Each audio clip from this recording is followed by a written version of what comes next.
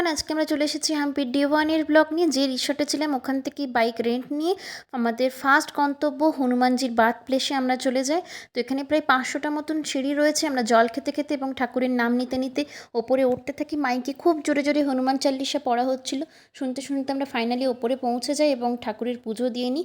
ওপর থেকে হাম্পি শহরটাকে এত সুন্দর লাগে কি বলবো, পুরো পাথর দিয়ে সাজানো হাম্পি শহর।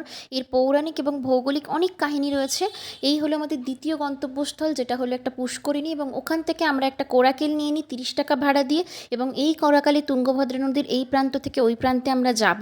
ওই প্রান্তে রয়েছে একটা আশ্রম, এবং যেই আশ্রমের সুড়ঙ্গের মধ্য দিয়ে গেলে একটা পাওয়া যাবে শিবলিঙ্গ।